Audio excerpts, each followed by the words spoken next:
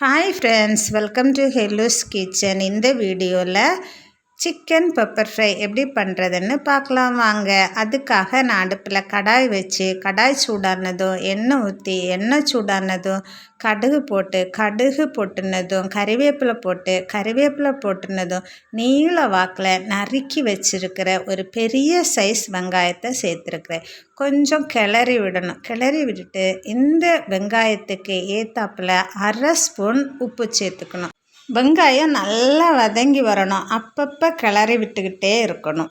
உப்பு வெங்காயத்துக்கு கூட கொஞ்சம் சேர்த்தோன்னா வெங்காயம் கொஞ்சம் சீக்கிரமாக வதங்கி வரும். அதனால தான் முதலே கொஞ்சம் உப்பு சேர்க்குறது.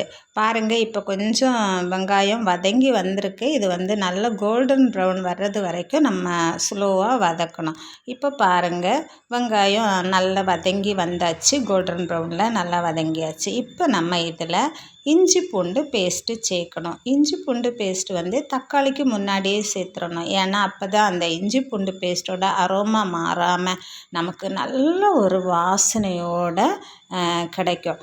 இஞ்சி பூண்டு பேஸ்ட்டு எல்லா வெங்காயத்திலும் செய்கிற மாதிரி மிக்ஸ் பண்ணி அந்த பச்சை வாசனை போன அப்புறமா இது கூட நம்ம ஒரு பெரிய சைஸ் தக்காளி எடுத்து பேஸ்ட் பண்ணி வச்சுருக்கிறேன். அதையுமே சேர்க்க போகிறேன். இப்போ தக்காளியை நம்ம அதில் சேர்த்துடலாம். தக்காளியும் வெங்காயமும் நல்லா சேர்ந்து வர்றது மாதிரி மிக்ஸ் பண்ணி தக்காளியை நல்லா சுண்டி வர வைக்கணும்.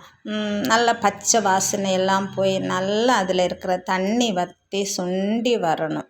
உங்களுக்கு தக்காளி பேஸ்ட்டு வேண்டாம், தக்காளி தான் போடணும் அப்படின்னு நினச்சிங்கன்னா தக்காளியை சின்னதாக நறுக்கி அதில் சேர்த்துக்கலாம். ஏன்னா இந்த பெப்பர் ஃப்ரையில் தக்காளி பெருசாக இருந்துச்சுன்னா நல்லா இருக்காது. இப்போ பாருங்கள், தக்காளி கொதின்னு கொதித்து நல்லா சுண்டி வர ஆரம்பிச்சிருக்கு. கொஞ்சம் நேரம் கூட நம்ம கொடுத்தோன்னா நல்லா தக்காளியில் இருக்கிற தண்ணி வற்றி சுண்டி வந்துடும். இப்போ பாருங்கள், தக்காளி நல்லா சுண்டி வர ஆரம்பிச்சாச்சு. இனி நம்ம இதில் மசாலா சேர்க்கலாம். 1/2 ஸ்பூன் மஞ்சள், 1 spoon red chilli powder, 1 spoon chicken கறி பவுடர், இவ்வளோத்தையும் சேர்த்து நல்லா மிக்ஸ் பண்ணி இந்த மசாலையோட பச்சை வாசனை போகும்படியாக ஸ்லோவில் வச்சு மிக்ஸ் பண்ணி கொடுக்கணும். இப்போ வெங்காயம், தக்காளி, மசாலா எல்லாம் சேர்ந்து சுண்டி வருது, ட்ரை ஆகி வருது. இந்த ஸ்டேஜில் நம்ம கட் பண்ணி க்ளீன் பண்ணி வச்சுருக்கிற சிக்கனை சேர்க்கலாம். எல்லா சிக்கன் பீசஸ்லேயும் மசாலா பேஸ்ட்டு படும்படியாக ஈவனாக கிளறி விடணும். எல்லா பீசஸ்லேயும் நல்ல மசாலா பட்டு கிளறி விட்ட பிறகு இது மாதிரி இருக்கும். இதில் நம்ம உப்பு சேர்க்கணும். ஏன்னா முதல்ல அந்த வெங்காயத்துக்கு ஏற்றாப்புல 1/2 ஸ்பூன் உப்பு தான் சேர்த்தோம். இப்போ இந்த சிக்கனுக்கு மசாலாக்கு எல்லாம் சேர்த்து நம்ம தேவைக்கு ஏற்றாப்புல உப்பு சேர்த்துக்கணும். இப்போ நான் 1 ஸ்பூன் உப்பு சேர்க்குறேன். உப்பு எல்லா பீசஸ்லேயும் படுறது மாதிரி கிளறி விடணும். ஸ்டவ்வை ஸ்லோவில் வச்சுருக்கலாம். ஏன்னா இதில் தண்ணி சேர்க்கலை. இந்த சிக்கன்லேருந்தே கொஞ்சம் தண்ணி விட்டு வரும். அந்த தண்ணியிலே தான் வேக வைக்கணும். ஒரு 5 மினிட்ஸ் வெயிட் பண்ணி பார்த்தோன்னா சிக்கன்லேருந்து தண்ணி விட்டு அந்த தண்ணி வற்றி சிக்கன் ட்ரை ஆக ஆரம்பிச்சிடும். ட்ரை ஆன அப்புறம் அப்பப்போ கிளறி விடணும், அடி பிடிக்காமல் இருக்க. ஏன்னா அது சுத்தமாக நமக்கு ட்ரை ஆகி கிடச்சிரும். இப்போ பாருங்கள், நமக்கு பார்த்தாலே தெரியுது நல்லா ட்ரை ஆயாச்சு. இந்த ஸ்டேஜில் நான் பொடிச்சு வச்சுருக்கிற ஒயிட் பெப்பர் பவுடர் 1/2 ஸ்பூன் சேர்த்துருக்கேன். உங்களுக்கு எப்படி காரம் தேவையோ அதுக்கு ஏற்றாப்பில் நீங்கள் சேர்த்துக்கலாம். ஆட் பண்ண பெப்பர் எல்லா சிக்கன்லேயும் படும்படியாக ஈவனாக மிக்ஸ் பண்ணணும்.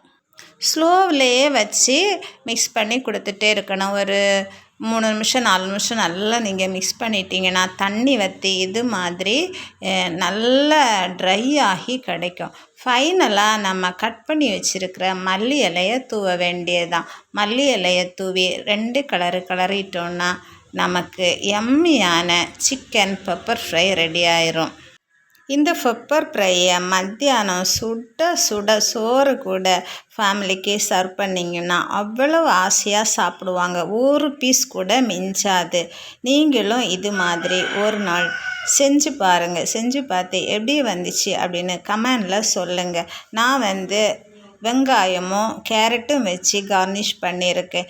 ஃப்ரெண்ட்ஸ், நீங்கள் இந்த சேனலை இதுவரை சப்ஸ்கிரைப் பண்ணலைன்னா சப்ஸ்கிரைப் பண்ணுங்கள். புது சேனலுக்கு உங்கள் சப்போர்ட் தேவை. வீடியோ பிடிச்சிருந்தா லைக் பண்ணி ஷேர் பண்ணுங்கள். சொந்தம் தொடர சேனலை ஃபாலோ பண்ணுங்கள். தேங்க்யூ.